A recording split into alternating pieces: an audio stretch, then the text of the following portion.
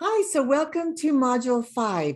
Now, Module 5 is going to be Step 5, but I'm also going to include Step 6 because Step 5 is so fast. So what Step 5 is, get your whiteboard out and get your expo marker. We're going to pick a word from spelling exercise number 1. I'm going to pick the word sun. So Step 5, we're going to say the letter name, ask the child the letter sound. Then we're going to say the letter sound and ask the child the letter name. And this is how we do that. Say the word sun. In the word sun, what letter says S? In the word sun, what letter says N? In the word sun, what letter says Okay, say sun. In the word sun, what sound does the S make? In the word sun, what sound does the N make? In the word sun, what sound does the U make? Say sun. Okay, now say sun again, but instead of the S, put run. And that's what it is, okay? That is Step 5. Now, you'd be surprised how challenging this could be for students because the letter names and the letter sounds are using different parts of the brain. And you're thinking of the word, they're thinking back and forth. Now, then they're going to substitute the first letter sound, or when it gets a little bit more challenging, you can substitute the last letter sound. You can even substitute the vowel. What I like about this is you can also ask them, use that word in a sentence. Okay, so, and I write down in my planner what word I did so that I don't repeat it. But let me give you another word. So let's use the word box. Okay, I'm going to put, okay. So here's the word box. Now this is going to be tricky because kids always reverse the B and the D, and they don't know that the letter X has two sounds. K, S. Sometimes I'm going to just give you a little thing here. Sometimes I do this and I say X sounds like K and S.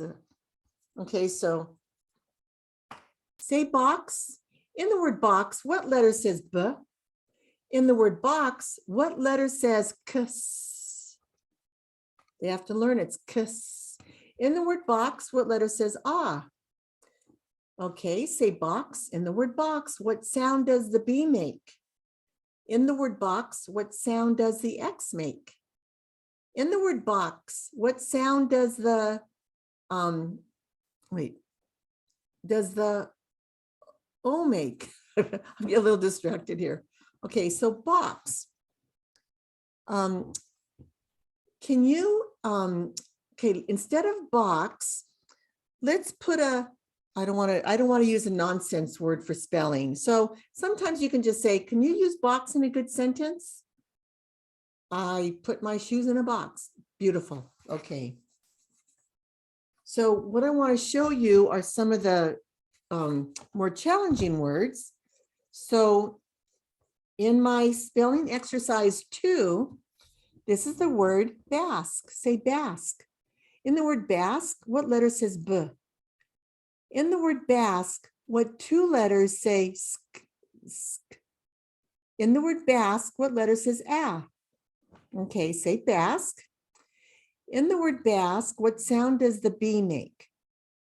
In the word Basque, what two sounds, or what sound in the word Basque, what sound does SK make? In the word Basque, what sound does the A make? Okay, say Basque. Instead of the B, put T. So they're not seeing the letter T, but in their brain, they're substituting the T for the B, okay? So that's how you do that set.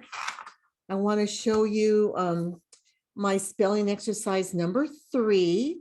Now, these first 3 are free downloads on my CDSM app. So you can look at that and practice if you want. Okay, say smog.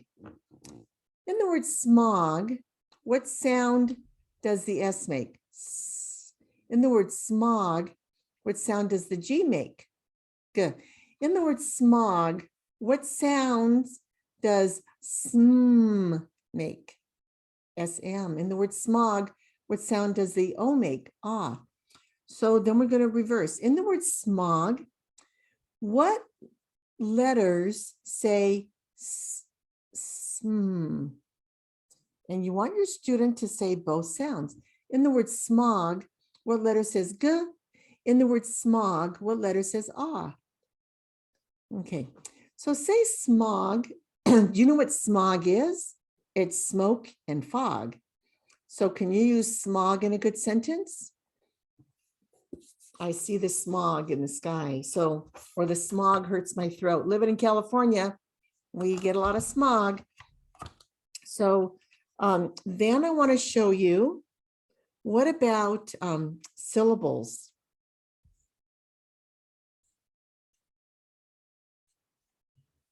Here are two syllables. And you could even scoop. This is exercise 5. Say helmet. In the word helmet, what's the first syllable? In the word helmet, what's the second syllable? Yeah. Okay, say helmet. Say helmet and drop off the hell. Say helmet and drop off the met. So these are deletions, syllable deletions. So what if I want to say, and always ask your student, use it in a sentence. What about hat box?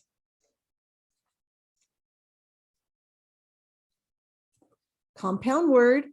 We also, Orton Gillingham calls this a catfish word. Hat box. Each word is a unique word if it's by itself, okay? Say hat box. What's the first syllable of hat box? Hat. What's the second syllable of hat box? Box. Say hat box. Say it again without the hat. Box. Say it again. Say hat box. Say it again without box. Hat. Do you know what a hat box is used for? And I'll explain. I'll develop vocabulary. I went to a tea the other day and I wore this big old fluffy hat. Well, that hat gets stored in a hat box.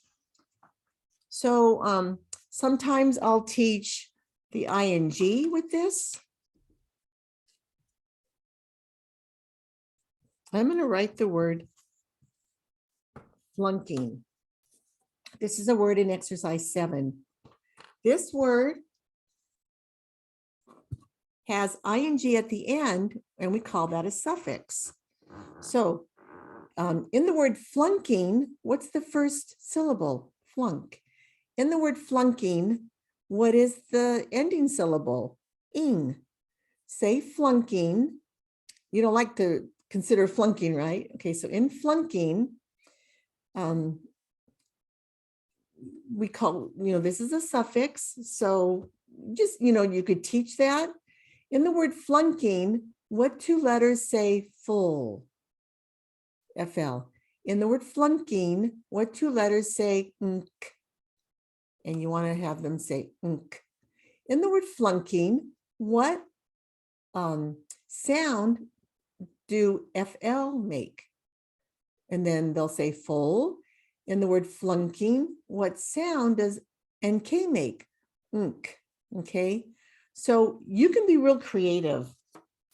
And anytime you see words and you're doing syllables, you can teach suffixes. You can have them drop off the suffix. And so that is the whiteboard activity. It gets more and more complex as the student advances with you. Now, I've had students who've been with me for over 100 hours, and that's when I use my sound substitutions, and that would look like this. Say dusk. Instead of the sk, put uck, duck. Say dress. Instead of the der, put ch, chess. Say stunk. Instead of the k, put ng, stung. So it's a little trickier. Say clink. Instead of the ank, put ang. So clank becomes clang. That's the more advanced sound substitutions. Another one we're doing, say champ, instead of the a, put I, chimp. Say trip, instead of the I, put a, trap. Say dump, instead of the put a, damp. Okay, so there's a lot to grow when you start off with this whiteboard, and then after about 25 or 30 hours with a student, if you want to move to these substitutions, you can, and I have them available for you, or you could create them yourself. So what I wanted to also do with this video is talk about step 6, which is going into the workbook. So I have a junior workbook and a senior workbook. The junior workbook stops at page 35. The senior workbook, which is my 5th graders and above, goes into the 90s, okay? So I want to share my screen and show you what the workbooks look like because I love them. And this is where we listen to music in the left ear only as the child works in the workbook. And this is amazing because the students processing, auditory processing, visual processing, the delays are just so improved with the music. So they've already practiced with step 1, 2, and 3, the rhymes. So after they've said the rhymes for you, you're going to have them work with you again. So what rhymes with mat? They're going to say hat, and they're going to say sat. So now they're going to write these 2 words down. And if they forget, remember the drill where we had our palm and we said, huh, at, go up here. We said, huh, at, at. Okay, so remind them that what has the ending together is what is the rhyme. So they're going to rhyme cap. So that's really fun. Then the workbook's going to have them pick their own ending sound. So they can pick from this selection, or they could pick another sound that's going to come easy to them. So ha, what would go with ha? So now the tricky thing here is they're going to want to say hey. They always want to default to the long vowel sound. We want to emphasize short vowel sounds. So ha, ham, or hat. Okay, and they're gonna put just the letter, but they're gonna say the whole word. Law. How about G isn't up here, but my brain wants to say log. Okay. Fan. You know, fa. Fan. Rot. Sometimes I'll have a student that just wants to always repeat the same letter. Have them change it up a little bit. So this gets really fun. Workbook 2, I skipped a whole bunch of pages, but I want to show you how I work with the words are and hour. And I always take out some highlighters and I talk about are is going to be a verb. It's a linking verb, and then hour is going to be ownership. So I look for the sentences that have a noun because you're going to own something. So I'm going to highlight the line with grass, our grass. What other words here are a noun? Dogs, our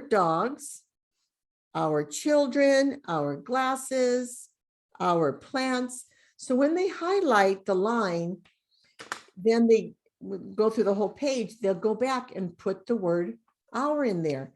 So then let's see, are is going to go with an ing word, which is a linking verb. So are going. What about are standing? We have are parked. There's a verb there. Are we thinking? So thinking goes with are, and because it's a question, it gets a little bit out of order there. So these are really engaging workbooks. When the student's listening to music in the left ear, you're going to notice the concentration is better. Download the music on my free app. It's the first button, CDSM, Cintron Dyslexia Solutions with Music.